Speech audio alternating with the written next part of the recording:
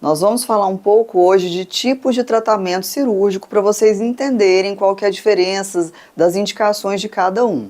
Então, quando que o paciente que tem ceratocone tem que ser submetido a um procedimento cirúrgico? A principal indicação é a evolução. Então, se o paciente está tendo evolução da doença, ele não tem a opção de ficar de braços cruzados esperando a doença evoluir. Afinal, se isso acontecer, pode sim chegar num ponto da doença evoluir tanto que o paciente tem que ser submetido a um transplante de córnea para ter uma melhora visual.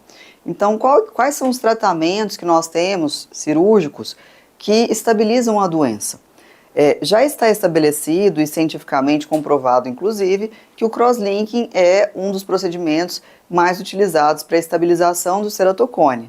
O que é o crosslinking? Eu vou entrar em detalhes depois em uma aula específica sobre crosslinking, mas nós associamos a riboflavina, que é uma vitamina B2, junto com a luz ultravioleta, que vai enrijecer essa córnea. Então, o endurecimento da córnea evita a progressão da doença. Se o paciente está tendo evolução e tem uma visão ainda boa, o crosslinking é uma ótima opção. Por quê? Porque o crosslinking ele não melhora a visão. Ele apenas endurece e estabiliza a córnea naquela situação em que ela está. Então, se você tem uma deformidade grande, o crosslinking vai estabilizar a sua córnea com aquela deformidade. Então, ele não vai melhorar a visão, ele apenas vai evitar com que aquela doença evolua. Eu vejo muitos médicos indicando crosslinking em córneas que já estão muito deformadas.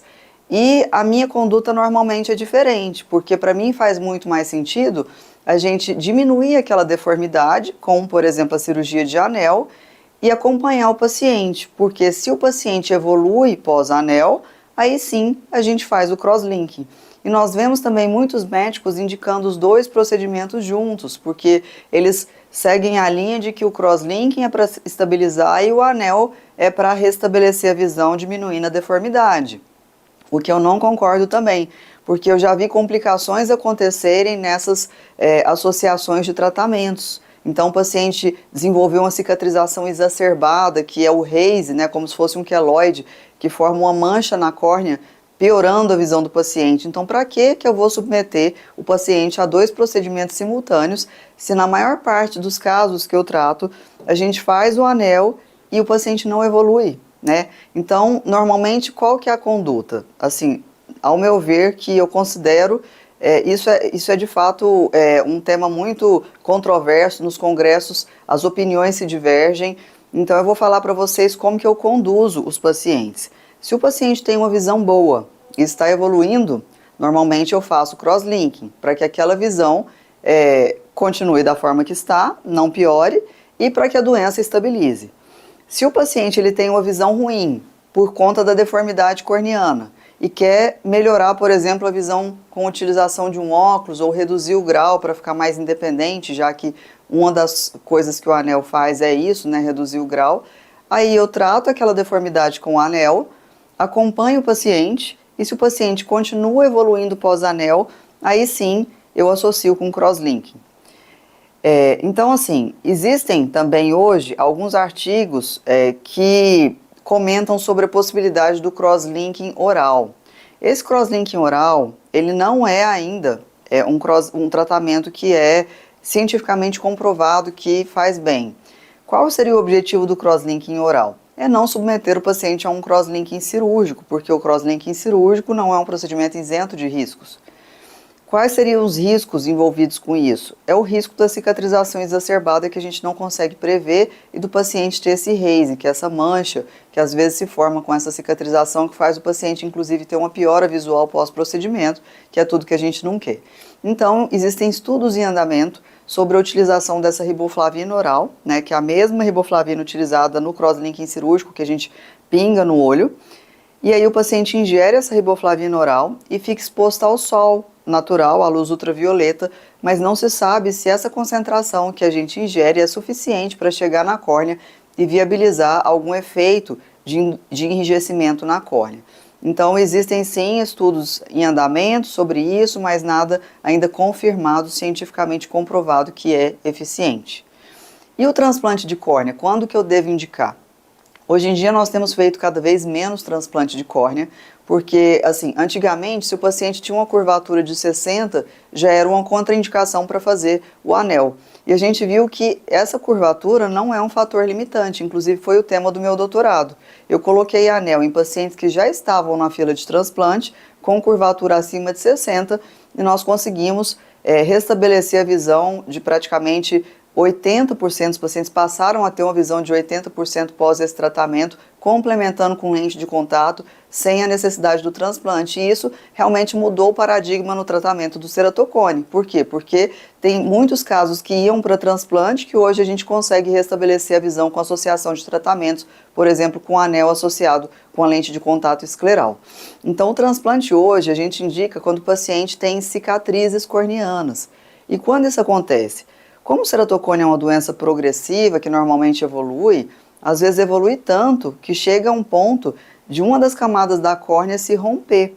E quando se rompe, o líquido que chama humor aquoso, que fica dentro do olho, adentra dentro da córnea, e a córnea ela fica bem edemaciada, como se tivesse líquido mesmo, com perda de transparência, chama hidrópsia. E aí forma uma cicatriz no centro da visão, e aquele paciente ele não tem outra solução a não ser o transplante de córnea. Então eu quero assim falar uma coisa para vocês que nós não fazíamos, que é, por exemplo, o paciente teve um transplante, uma hidrópsia, né, uma cicatriz corneana, é certeza que ele vai para transplante? Antigamente sim, não teríamos dúvida nenhuma. Mas como já é certo que ele vai para transplante, eu passei a, em alguns pacientes que eu notava que aquela cicatriz estava fora do centro visual, passar a tentar o anel complementando com lente de contato. E a boa notícia é que alguns desses pacientes sim restabeleceram a visão. Então, o que acontece é que se aquela cicatriz está no centro visual, não tem de fato o que fazer. E como saber se a cicatriz está no centro, se não está? Muito tranquilo. Simplesmente coloca uma lente de contato escleral. Quando o paciente tem uma cicatriz central, ele não vai ter melhora nenhuma com a lente de contato escleral, né? Porque aquela cicatriz está tampando a visão dele. Agora, quando o paciente tem uma cicatriz, eu coloco a lente de contato escleral e ele tem uma melhora muito satisfatória, significa para mim que aquela cicatriz não está no centro, né? Senão estaria tampando a visão dele.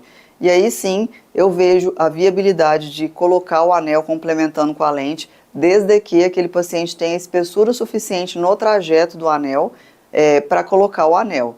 Então, muitos médicos também falam, sua córnea é muito fina, não dá para pôr o anel.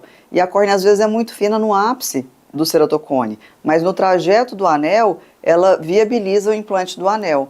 Então, o que a gente tem que ver é a espessura corneana no trajeto do anel.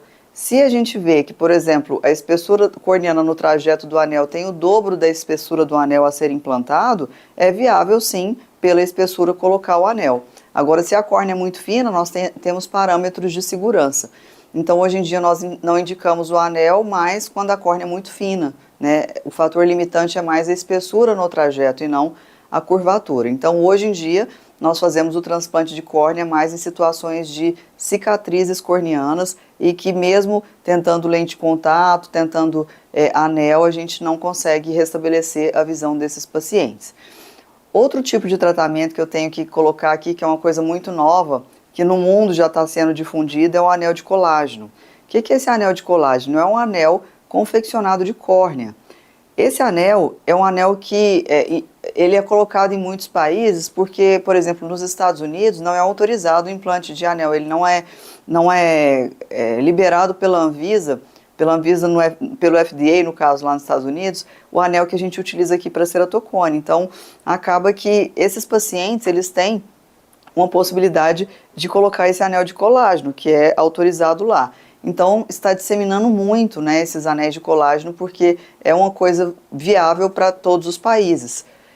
Esse anel de colágeno, nós tivemos uma experiência há pouco tempo, que veio uma médica lá de Mendonça colocar alguns anéis, nós implantamos 15 anéis de colágeno, e sim, é uma possibilidade, mas eu acho que não substitui o anel convencional, porque o resultado do anel convencional é de fato muito melhor, com uma recuperação muito mais rápida do que o anel de colágeno. Mas para pacientes que têm contraindicação do anel convencional pela córnea muito fina, é sim uma possibilidade de colocar o anel de colágeno. Então, fizemos englobando aqui todos os tratamentos, né, que o paciente tem, então anel, crosslink, anel de colágeno, crosslinking oral, transplante, para vocês terem uma noção e depois a gente vai entrar em detalhes em cada um deles.